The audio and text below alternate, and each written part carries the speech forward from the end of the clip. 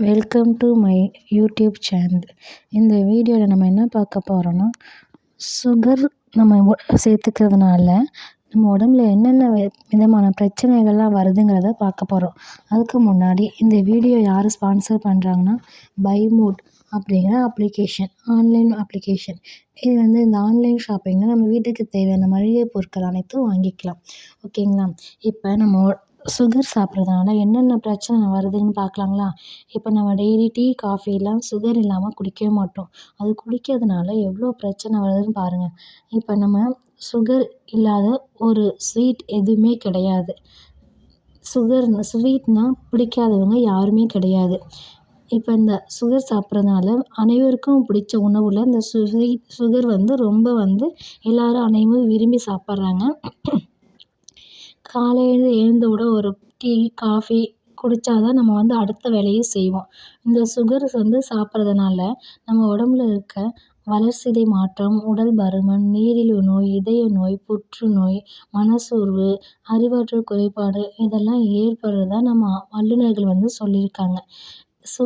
சர்க்கரையில் என்னென்ன சத்து இருக்கான்னு கேட்டால் எதுவுமே இல்லைங்க. கார்போஹைட்ரேட் தவிர வேறு எந்த விதமான சத்துக்களும் இதில் கிடையாது. இது எதுலேருந்து எடுக்கிறாங்கன்னா, மக்காசோளத்துலேருந்து எடுக்கிறதா சொல்கிறாங்க.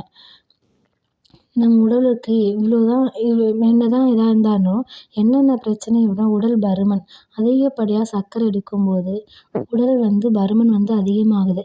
கலோரி அதிகமாக இருக்கிறதுனால உடல் சர்க்கரையில் கலோரி அதிகமாக இருக்க உடல் எடை அதிகரித்து மற்ற நோய்களுக்கும் பாதிக்குது. அப்புறம் நீரிழிவு நோய், ரத்தத்தில் உள்ள சர்க்கரை அளவு அதிகரித்து இன்சுலின் உற்பத்தியை குறைக்குது. இதனால் நீரிழிவு நோய் அதிகமாகுது. அதுக்கப்புறம் இதய நோயை வர வைக்குது. கெட்ட கொலஸ்ட்ரால் ரத்தத்தில் அதிகரிக்கிறதுனால இதயத்துக்கு ரொம்ப அதிகமாக பாதிப்பு ஏற்படுது. பல் சொத்தை ஏற்படுது அதிகமாக இந்த சுகர், டீ, காஃபி குடிக்கிறதுலேருந்து. அப்புறம் நம்ம உடம்புல இருக்க எனர்ஜி குறையுது. சரும பிரச்சனைகளுக்கும் அதிகமாக சர்க்கரை எடுத்துக்கிறதுனால முகப்பரு மற்றும் சுருக்கங்கள் ஏற்படுது. அதுக்காக நம்ம இதை அவாய்ட் பண்ணணும்னா என்னென்ன பண்ணணும்னா, டீ, காஃபி குறைச்சிக்கணும். அப்புறம் வெளியில் இந்த ஜூஸ் இதெல்லாம் வாங்கி குடிக்கிறோம்ல, அதெல்லாம் அதில் தான் அதிகமாக இந்த சுகர்லாம் சேர்க்குறாங்க. ப்ரெட்டு, சாக்லேட்டு இதெல்லாம் இந்த மாதிரி இனிப்பு வகையில் சாப்பிட்றத குறைச்சிக்கணும். ஓகேங்களா? குறைச்சிட்டு அதுக்கப்புறம் பழங்களோட அளவை அதிகரித்துக்கணும். வீட்டில் சமைச்ச உணவை சாப்பிட்டோம்னா நம்ம அது நல்லது. வெளியே வாங்கி சாப்பிட்டோம்னா அதில் அதிகமாக சர்க்கரை இருக்குது. அதனால் சர்க்கரை சாப்பிட்றதுனால நமக்கு ஏகப்பட்ட பிரச்சனைகள் வருது.